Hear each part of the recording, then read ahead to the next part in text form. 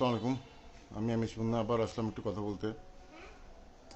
কালকে আমি যে ব্যাপারটা বলেছিলাম, কালকে আমার মেয়েকে দেখিয়েছি, আমার মেয়েকে সামান্য একটু দেখিয়েছি। আমি আজকে আমার মেয়েকে আর আমি দেখাবো না, কিন্তু আমি যে ব্যাপারটা বলার জন্য কালকেও চেষ্টা করেছি, আমি এটা বলে যাব। আমি এটা প্রতিজ্ঞা করেছি, মনের ভিতরে পণ করেছি যে আমি ডেইলি যতটুকু সময় পাই আমি 10 মিনিটের ভিডিওর মধ্যে সেটা আমি বলে যাব।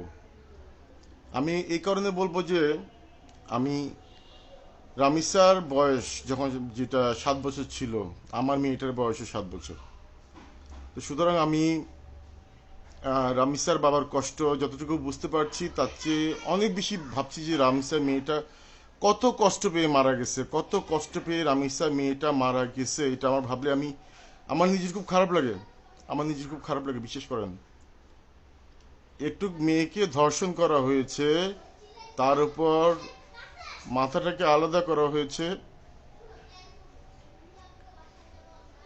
আমি এই ধর্ষকের ফাঁসি চাই, বিচার চাই। আমি বিচার না হওয়া পর্যন্ত জানি না কত বছর লাগবে। বাংলাদেশের আইন কানুন যে সরকারি আসুক, যেমন ইউনিট সরকারের আমলে আসিয়া ধর্ষণ হয়েছিল, মাগুরার আসিয়া, সেই আসামিরা এখনো জেলের ভিতরে আরামায়েশে আছে যতটুকু শুনতে পেরেছি।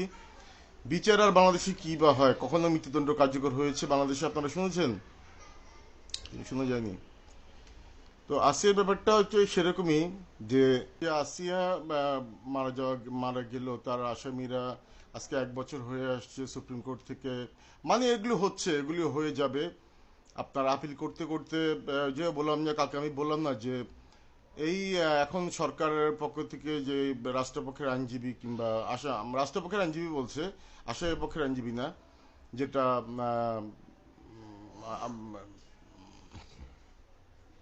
রামিসার বেলায় বলা হচ্ছে। রামিসার এত কিছু, পুরো বাংলাদেশ ব্যাপী এত আন্দোলন, এত কিছু হওয়ার পরেও মানুষ বলল যে, কেউ বলল 2 দিনের আলটিমেটাম, কেউ বলল 1 সপ্তাহের আলটিমেটাম দিলাম, আসামিকে মৃত্যুদণ্ড দিতে হবে, মানে ওপেন ফাঁসি দিতে হবে। এত কিছু পরেও সেদিন রাষ্ট্রপক্ষের আইনজীবী বলল যে আসিয়ার মৃত্যুদণ্ডের রায়টা আসতে আসতে 1 বছর লাগবে। ফাইনাল রায়টা, মানে যেটা থেকে সুপ্রিম কোর্ট থেকে ফাইনাল রায়টা আসতে, চূড়ান্ত রায়টা আসতে 1 বছর সময় লাগবে। রায় কার্যকর তো পরের কথা রে ভাই, রায় কার্যকর সেটা হচ্ছে অনেক পরের কথা। রায় কার্যকর কি কখনো হয়েছে বাংলাদেশে? শুনেছেন যে কারো ফাঁসি হয়েছে? আওয়ামী লীগের আমলে জামাতের কয়েকটা লোক ছাড়া কারো ফাঁসি হয়েছে জীবনে? আপনারা কি শুনেছেন? এটা রায় কার্যকর তো অনেক পরের কথা। এত কিছু পরেও ভাই সরকার করলো না। আমরা চিন্তা করি ওসমান হাদির মতো লোকের কথা আমরা ভুলে গেলাম, আর আসিয়া তো আহ, আসিয়াও ভুলে গেল, আসিয়ার কথা ভুলে গেলাম, ওসমান হাদির কথা ভুলে গেলাম। আর রামিসার কথাও সরকার ভুলিয়ে দেওয়ার জন্য নাসিরুদ্দিন পাটের উপর হামলা করলো। অনেক চেষ্টা করছে সরকার যে রামিসার ব্যাপারটা যাতে মানুষের মন থেকে চলে যায়। হয়তো অনেকটা চলে গেছে, কারণ আজকে মারা যাওয়ার 2 দিন পরে যেভাবে সমাবেশ মিছিল হচ্ছিল, আজকে সেরকম হচ্ছে না। আজকে এই যে ঈদ চলে গেল, রামিসার বাবা মা যতটুকু কষ্ট পাচ্ছে, কেউ কি ভাই অতটা কষ্ট পাচ্ছে? রামিসার বাবা মা যতটুকু তার মেয়ে হারিয়েছে, কেউ কি পারবে? হয়তো দেখা যাবে হাইকোর্ট থেকে একটা রুল জারি হবে, রামিসার বাবাকে কেন 1 কোটি টাকা দেওয়া হবে না, রামিসার বাবাকে কেন 50 লাখ টাকা দেওয়া হবে না। টাকা দেওয়া না দেওয়া পরের কথা, একটা রুল জারি করবে সরকারের সমবেদনার মতো, একটা কিছু করে। এটা হয়ে আসছে বাংলাদেশে, এরকম হয়ে আসছে, এটাই হয় বাংলাদেশে। তো টাকা দিয়ে কি বলবো, তো আমি আমার প্রতিবাদ আমি জানিয়ে যাব। আমি প্রতিদিন একটা একটা ভিডিও করার চেষ্টা করব। কারণ আমার একটা 7 বছরের মেয়ে আছে। এখন কি ভাই, কথা হলো যে অনেক সেলিব্রিটি যারা আছেন, তারা অনেকে প্রশ্ন করতেছে যে তাহলে কি আমরা এভাবে বাচ্চাদেরকে, মানে সন্তানরা কি তাহলে ঘর থেকে বেরোবে না? তাহলে কি ওরা খেলতে যাবে না? ওরা স্কুলে যাবে না? এটা কোন ধরনের কথা হলো? বাংলাদেশে কি এভাবে ধর্ষণ চলতে থাকবে? কালকে একটা ইয়েতে দেখলাম, যেমন কিছুদিন আগেও দেখলাম যে এগুলি প্রায় দেখা যায়, প্রায় মানে আপনার হামেশাই দেখা যায় যে পরশুদিন 4-5 দিন আগে দেখলাম চট্টগ্রামের কোন একটা জায়গায়, বাকুলিয়া নাকি, সরি বোয়ালখালী না কোথায় যেন, 3 বছরের একটা বাচ্চাকে রেপ করা হয়েছে। 3 বছরের বাচ্চাকে রেপ করা হয়েছে। আচ্ছা, 3 বছরের বাচ্চা কতটুকু হয় রে ভাই? 3 বছরের বাচ্চা কতটুকু হয়? এভাবে সমাজ কিভাবে চলতে পারে? আমি এটা বুঝলাম না। এই সমস্যা। কালকে দেখলাম যে একটা 71 বছরের মহিলাকে ধর্ষণ করা হয়েছে যশোর নাকি কোথায়। 71 বছরের মহিলা, যিনি বুড়া নানি দাদি হয়ে এখন ওনার মানে কি বলবো, 71 বছরের একটা মহিলাকে যদি দলবদ্ধ ধর্ষণ করা হয়, তারপর আবার গত 3 মে একটা ভিডিও ফুটেজ, 3 তারিখে, মে মাসের 3 তারিখে একটা ভিডিও ফুটেজ ভাইরাল হয়েছে। সেখানে দেখা যাচ্ছে একটা রাস্তার মধ্যে পড়ে থাকা দুই সন্তানের মা, সে মানসিক প্রতিবন্ধী, তাকে 4-5 জন মিলে রাত্রেবেলায় একটা জায়গায় নিয়ে ধর্ষণ করেছে এবং সে দুদিন পরে মারা গেল। সে মারা গেল। আরে ভাই, আসামি ধরছে, লাভ কি? আসামিরা বেরিয়ে যাচ্ছে, আবার সে অন্যায় করছে। আমি প্রতিটা পর্বে এটা বলে যাচ্ছি, আমার প্রতিটা কথায় আমি এটা বলে যাচ্ছি যে আসামিরা বের হয়ে যাচ্ছে, আসামিরা আবার একই অপরাধ করতে সাহস পাচ্ছে, কারণ বাংলাদেশের বিচার নাই। বাংলাদেশের বিচার ব্যবস্থা বলতে কিচ্ছু নাই। আমার কথাবার্তা, আমার তো ফলোয়ার ভিউয়ার নাই, কিন্তু আমি বলে যাব যে বাংলাদেশের বিচার ব্যবস্থা বলতে কিছু নাই। বাংলাদেশে আইন বিচার ব্যবস্থা বলতে কিছু নেই। লজ্জার বিষয়।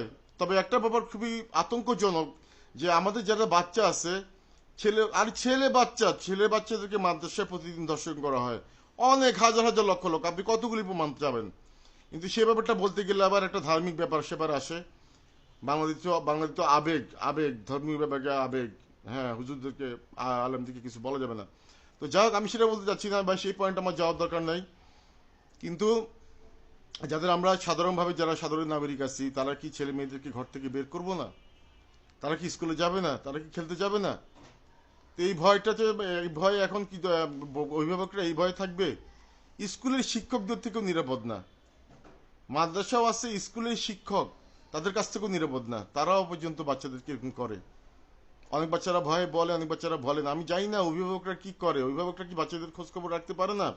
বাংলাদেশের বাবা মায়েরা মাদ্রাসার মধ্যে ছেলেদেরকে দিয়ে বেহেস্তে যেতে চায়।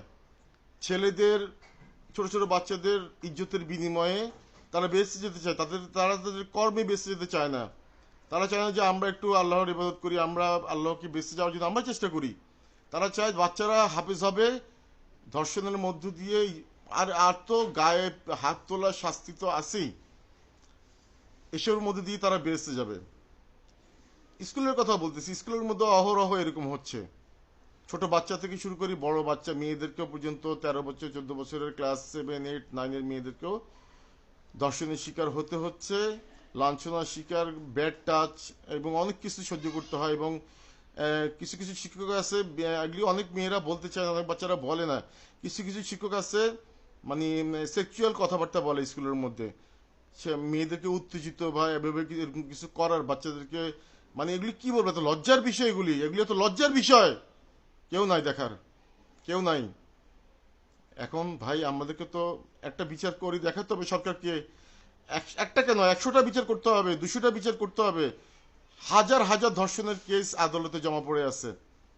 আপনি এগুলি বিচার করেন, অতি শীঘ্রই বিচার করেন, অতি শীঘ্রই মৃত্যুদণ্ড দেন, ফাঁসি দেন। নাহলে তো এভাবে দেশটা চলতে পারে না। দেশের মধ্যে চাঁদাবাজি, খুন, সন্ত্রাস, অস্ত্রের ঝনঝনানি চলছে, মাদকের কাজ কারবারে ভরা, মাদকে দেশ ছেয়ে গেছে। মাদক নেশায় সবাই আচ্ছন্ন। এই মাদক কেন আসে? বাংলাদেশে একটা মাদক দ্রব্য অধিদপ্তর আছে, কেউ বলতে পারবেন? আপনারা কেউ বলতে পারবেন বাংলাদেশে একটা মাদক দ্রব্য অধিদপ্তর আছে? তাদের কাজটা কি? আর তো প্রশাসন, অন্যান্য যারা জড়িত আছে তাদের কথা বলে লাভ নেই। কিন্তু মাদক দ্রব্য অধিদপ্তর বলতে একটা অধিদপ্তর আছে নেশা, মানে মাদক দ্রব্যকে নিয়ন্ত্রণ করার। তাদেরকে কেউ শুনেছেন? কোনো কার্যক্রম কখনো আপনারা দেখেছেন? তো এখন সমস্যা আসছে। আমি সর্বশেষ এটুকু বলবো, আমাদেরকে সচেতন হতে হবে। আমাদেরকে নিজেদেরকে বিচার করতে হবে মনে হয়। কারণ সবাই এভাবে এখন ভাবছে যে আমরা নিজেরাই বিচার করব। এটা সরকারকে বলবো, এটা কিন্তু ঠিক হবে না দেশের জন্য। মানুষ যদি আইন হাতে তুলে নেয়, এটা দেশের জন্য ঠিক হবে না। তো সেই পরিস্থিতি যেন না আসে, সরকারকে বলবো আপনারা দ্রুত এগুলি বিচার করেন। রামিসা হত্যার বিচারটা করতে হবে। রামিসা হত্যার বিচারটা 1 সপ্তাহের মধ্যে করতে হবে। আসামির স্বীকারোক্তি আছে, সবকিছু আছে, ভিডিও ফুটেজ আছে। তো আপনি রামিসা হত্যার বিচার করতে 1 বছর, আর আদালতের রায় দিতে কেন 1 বছর লাগবে? সব ভালো থাকবেন। আসসালামু আলাইকুম। আমি বিদায় নিচ্ছি। আল্লাহ হাফেজ। আমার ইউটিউব চ্যানেল খেয়াল রাখবেন। মুন্না এন্টারটেনমেন্ট 50 সামনে নিয়ে আসছে অনেক কিছু ইনশাল্লাহ।